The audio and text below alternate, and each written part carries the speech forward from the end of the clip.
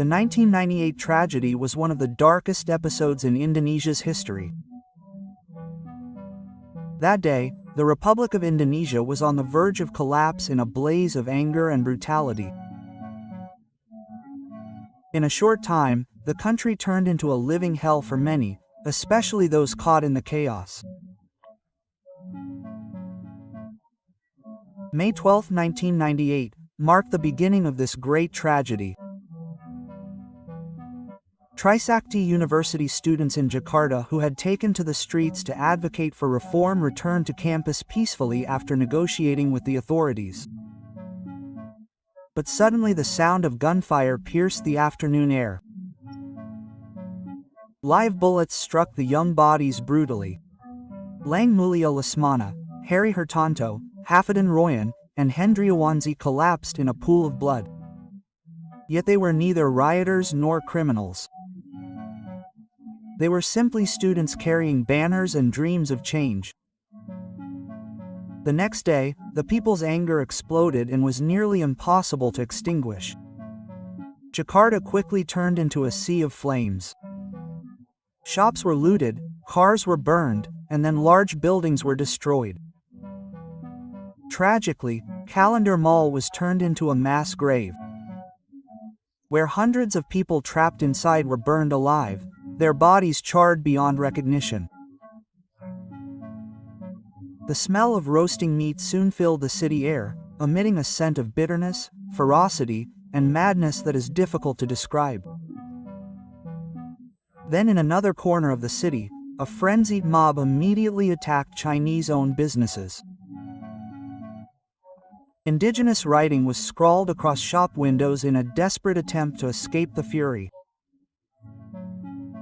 But tragically, for many Chinese families, there was no safe place. Locked in their homes, they heard windows being smashed, heard flames creeping, and heard doors being forced open. Most heartbreaking were the stories of Chinese women who became victims of sexual violence. Amid the chaos, they were subjected to unimaginable cruelty. They were forcibly raped, tortured, and some were even killed afterward. Reports indicate at least 168 cases of forced rape occurred during the riots. A dark stain that still leaves deep trauma to this day. Within days, more than 1,000 people were killed. Some were killed by bullets, some trapped in burning buildings, and others by mob violence. Thousands were injured, and tens of thousands lost their homes, shops, and livelihoods. Those who survived never returned home. They carried with them profound emotional wounds and fears that had lingered for decades. Many Chinese families chose to flee abroad, leaving behind a homeland they loved, which at the time refused to protect them.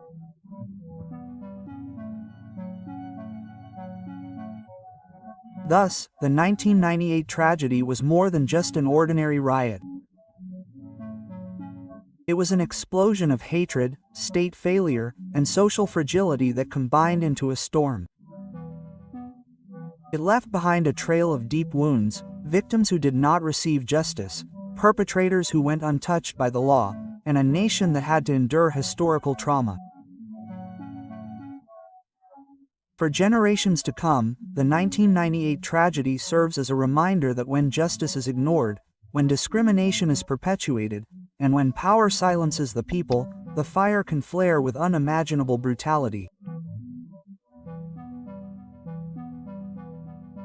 The 1998 tragedy, which unleashed this horrific mob violence, certainly did not emerge suddenly. It was triggered by a series of serious problems that had accumulated during the New Order era under President Suharto. In the late 1990s, Indonesia was hit by a severe economic crisis that caused soaring prices for basic necessities and mass unemployment. This crisis was exacerbated by rampant corruption, collusion, and nepotism within the government, causing the public to lose confidence in the Suharto regime. Furthermore, there was systemic discrimination against ethnic Chinese, who had been repressed and scapegoated for decades for various economic problems.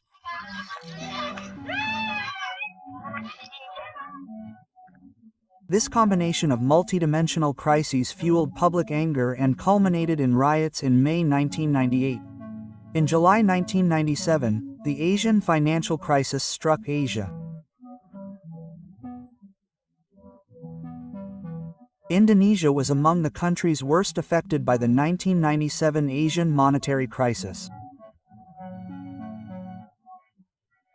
The rupiah's exchange rate plummeted against the US dollar, from around Rp 2,500 per US dollar before the crisis to Rp 16,000 per US dollar in early 1998. This sharp decline in the rupiah's value immediately had a ripple effect on the national economy. Prices of imported goods and industrial raw materials soared. Many companies were unable to repay their foreign debts, and the banking sector faltered. In late 1997, the government attempted to address the crisis by closing 16 troubled banks to restore confidence in the banking sector. However, this measure triggered public panic. Many people withdrew their savings, and public confidence in national banks further collapsed. The situation worsened in late 1997 and early 1998. At that time, supplies of basic commodities began to dwindle, causing prices of rice, cooking oil, sugar, and other essentials to rise uncontrollably. Then, the issue of food shortages sparked panic. In January 1998, people rushed to supermarkets and stores to stock up on basic necessities, fearing that prices would rise or that goods would disappear. Store shelves were quickly emptied, and panic spread. In turn, this economic crisis led to a surge in unemployment. Many private companies went bankrupt or carried out mass layoffs, unable to operate under the burden of debt and soaring production costs. As a result, hundreds of thousands to millions of people lost their jobs quickly. Malnutrition also increased the number of poor people as families lost their source of income. At that time, the economic pressure was truly felt directly by the people. The price of basic necessities rose exponentially, while purchasing power continued to decline sharply. Beyond economic factors, rampant corruption, collusion, and nepotism during the New Order era also fueled public discontent.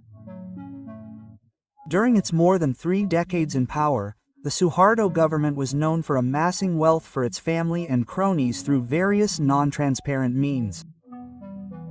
Corruption occurred at nearly every level of the bureaucracy, from extortion in government agencies to misappropriation of state funds. However, all of this was difficult to address legally because law enforcement officials were under the regime's control.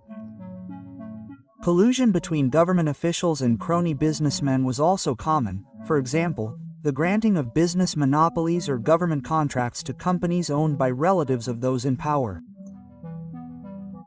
Meanwhile, nepotism was evident when many strategic positions and important business opportunities were controlled by the Sandana family and a handful of conglomerates close to power. The wider public began to resent this culture of corruption, collusion, and nepotism. However, criticism of the government was virtually unheard of during the New Order era. The government exercised strict control over political life. This included weakening opposition parties, silencing the press through censorship, and restricting freedom of expression. As a result, abuses of power continued without any oversight mechanisms.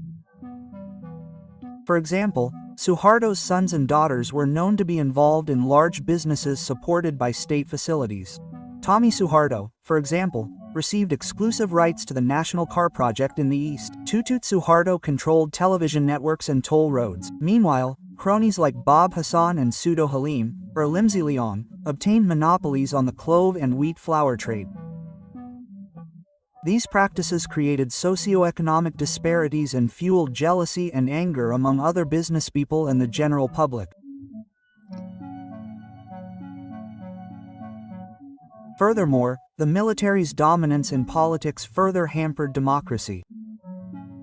ABRI, the Indonesian Armed Forces, ABRI, a joint force of the Indonesian National Armed Forces, TNI, and the Indonesian National Police, Polri, not only maintained security but also played a formal political role within ABRI faction in parliament and public positions for military officers.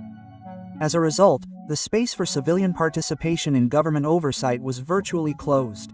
Legal crises also occurred because the judiciary was frequently interfered with to serve the interests of those in power. Human rights violations by the state, such as military operations in Aceh and Papua, or the disappearance of activists, such as the case of Marsina, a labor activist in 1993, are also rarely fully investigated. At the end of the new order, repressive actions also emerged, such as the kidnapping of pro-democracy activists by military personnel from 1997 to 1998, aimed at silencing critical voices. A number of student and pro-democracy activists were reported missing, kidnapped by a team later known as the Rose Team from Kopassus, sparking fear among the student movement. Furthermore, a crucial aspect of the background to the 1998 tragedy was the discrimination experienced by the Chinese community in Indonesia during the New Order regime. Ethnic Chinese in Indonesia, which makes up approximately 3% of the population, have long been treated as a distinct minority group. During the New Order, discrimination against Chinese citizens was institutionalized in various regulations and policies. For example, through Presidential Instruction No. 14 of 1967, the government prohibited open celebrations of Chinese culture. Chinese New Year, lion dances, and the use of Chinese characters were prohibited in public spaces. Chinese people are encouraged to change their names to ones with Indonesian nuances. They are also required to have proof of citizenship or SBKRI, which is often used as a tool for illegal levies. In total, there were around 45 regulations that were directly or indirectly discriminatory against ethnic Chinese during the New Order. In the fields of education and government, there are restrictions on participation for Chinese citizens. Their chance of entering a state university or becoming a civil servant is very small because of unwritten quotas. Meanwhile, in the economic sector, the New Order government implemented paradoxical policies. On the one hand, it curbed Chinese cultural and political expression, but on the other hand, it allowed a handful of major Chinese rulers to collaborate with the New Order elite in controlling important economic sectors. This collusion between the rulers and the barons produced a super-rich conglomerate of Chinese descent. As a result, an image is created in society that Chinese people are synonymous with wealth and economic domination. During the New Order era, anti-Chinese sentiment occasionally emerged, especially when economic conditions were bad. The Chinese ethnic group is often used as a scapegoat for economic and social problems. Propaganda or statements by officials that discriminated against the Chinese contributed to this prejudice. For example, in the lead-up to the 1998 monetary crisis, several government and military figures issued statements blaming conglomerates for being unnationalistic. This was a veiled dig at Chinese rulers, who were accused of stashing money abroad. One high-ranking official at the time even openly called ethnic Chinese unpatriotic rats, accused of hoarding goods and fleeing the country during the crisis. Rather than calming the situation, these statements fueled public resentment against the Chinese. The economic disparity between indigenous groups and a handful of wealthy Chinese also fueled social jealousy. At the grassroots level, The notion that Chinese wealth was due to cheating or stinginess had developed, a bias passed down from colonial times. The New Order regime made no serious effort to eradicate this prejudice and instead indirectly fostered it. Chinese citizens were portrayed as outsiders seeking profit in Indonesia. Yet, they were also Indonesian citizens, born and raised in this country. This combination of state discrimination and allowed negative sentiment to grow made the Chinese community vulnerable during social unrest.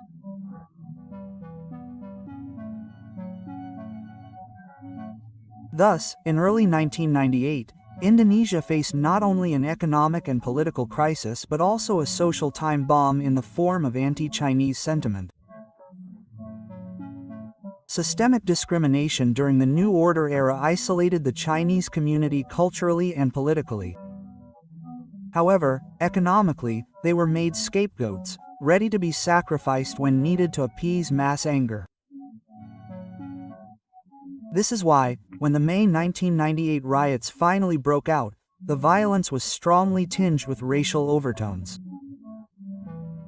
Understanding the background of this discrimination and social prejudice is important to understand why ethnic Chinese were the primary targets of the 1998 tragedy.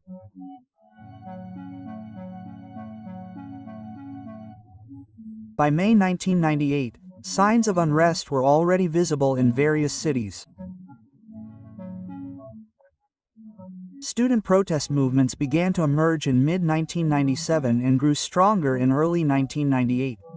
Students from various universities across Indonesia mobilized to advocate for reform. Issues they raised included demands for the government to lower prices, eradicate corruption, collusion, and nepotism, KKN, abolish the dual function of the Indonesian Armed Forces, ABRI, and demand a succession of national leadership. Initially, student demands were gradual. They urged the government to address the economic crisis. However, because they felt there was no improvement and their aspirations were ignored, these demands escalated into demands for total reform, including Suharto's resignation. Public disgust then worsened in March 1998 when Suharto was re-inaugurated as president for a seventh term.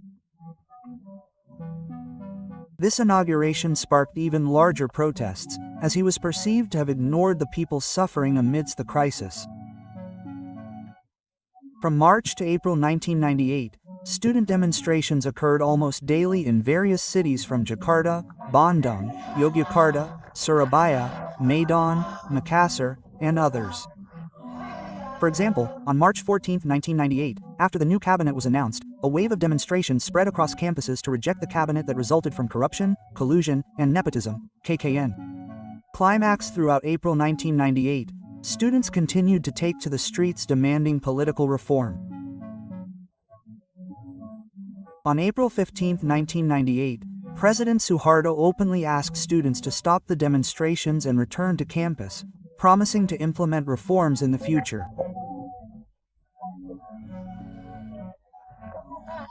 However, this demand was ignored by the students, who considered it merely a stalling tactic. On the other hand, signs of division within the New Order elite were also beginning to emerge. Several figures within Suharto's inner circle reportedly held differing views on how to handle the crisis. However, outwardly, Suharto still displayed confidence.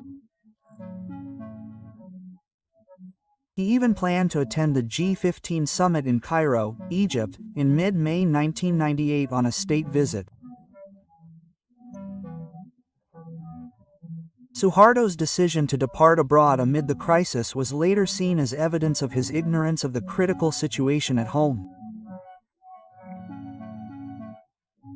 Indeed, when Suharto flew to Cairo on May 9, 1998, conditions in Indonesia were already heating up.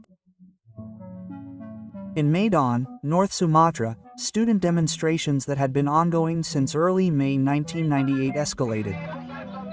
From May 4 to 5, thousands of students and residents took to the streets to protest rising prices and the economic situation. The demonstrations in Medan then turned violent, Clashes with authorities occurred, vehicles were burned, and shops were looted in several locations.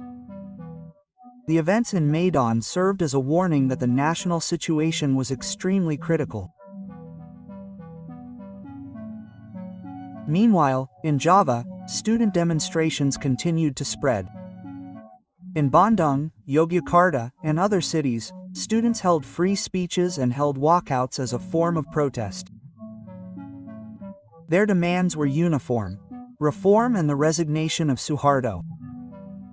Security forces sometimes attempted to disperse the demonstrations with violence, which only served to bolster public sympathy for the students. Meanwhile, tensions in Jakarta were escalating. Students in Jakarta were initially restrained from demonstrating on their respective campuses due to tight security. Security forces tightly guarded vital facilities and prohibited demonstrations on main roads. However, the Jakarta students found momentum on May 12, 1998, when Trisakti students from West Jakarta planned a large demonstration. This action at Trisakti became a turning point, ending in a tragedy that inflamed emotions throughout the nation. Since morning, approximately 6,000 Trisakti academics had gathered on campus for a peaceful demonstration. They flew flags at half-mast and sang Indonesia Raya as a sign of unity in the plight of the nation. The atmosphere on campus remained orderly. Toward noon, the Trisakti students attempted to march off campus to the MPR building in Senayan. Their goal was to convey their demands for reform directly to their representatives. Around 12:30 p.m., the student group began moving out of the Trisakti campus gates toward Jalan Esperman. However, after only a few hundred meters, they were blocked by a barricade of security forces stationed along the road. The officers set up a human barrier with shields, prohibiting the students from continuing their march, citing security concerns and potential traffic jams.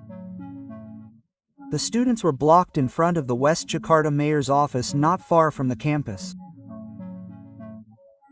Negotiations took place between student representatives and the local security forces commander, Lieutenant Colonel Amrul, and the deputy chief of police. The negotiations were quite intense, lasting over an hour. Finally, around 5 p.m., an agreement was reached. The students agreed to retreat back into the campus, and the officers would also withdraw to ease tensions.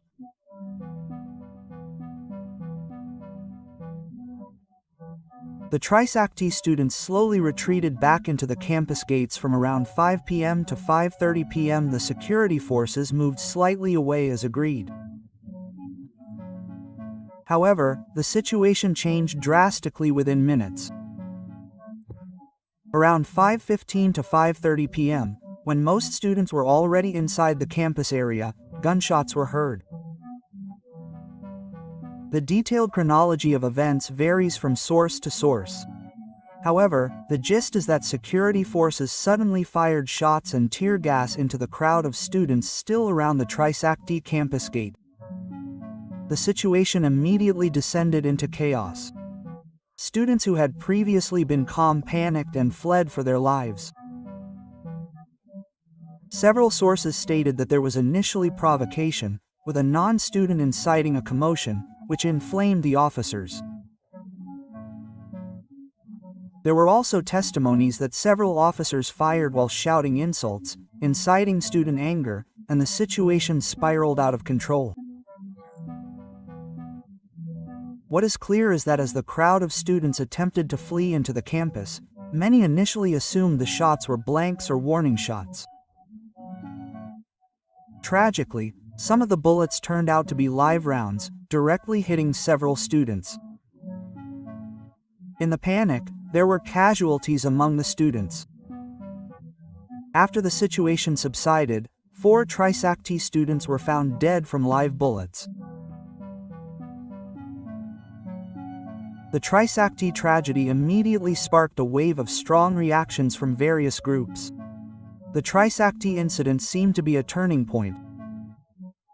While previously the student movement had been sporadic, after Tragedi, they united with a single resolve that the blood of their fallen comrades demanding change should not be in vain. The reaction came not only from students. Community leaders and politicians also spoke out against the violence perpetrated by the authorities. National media, previously relatively cautious, began reporting the Tragedi tragedy on the front pages with bold headlines. The Tragedi tragedy also immediately ignited emotions among the people at the grassroots level. From May 13 to 14, 1998, people in Jakarta, who had previously only been following the news, suddenly poured into the streets, some of which escalated into open riots. They were no longer just students, but also angry and frustrated members of the general public. In the view of many, it was outrageous for students simply to voice their aspirations to be shot. Following the Tragedi tragedy of May 12, 1998, the situation in Indonesia, especially in Jakarta, quickly descended into chaos. Between May 13 and 15, 1998, riots and mass looting erupted across Jakarta and other cities such as Medan and Surakarta. This riot involved a large number of people. The targets of the mob's rampage were generally shopping centers, shops and properties identified as belonging to people of Chinese descent.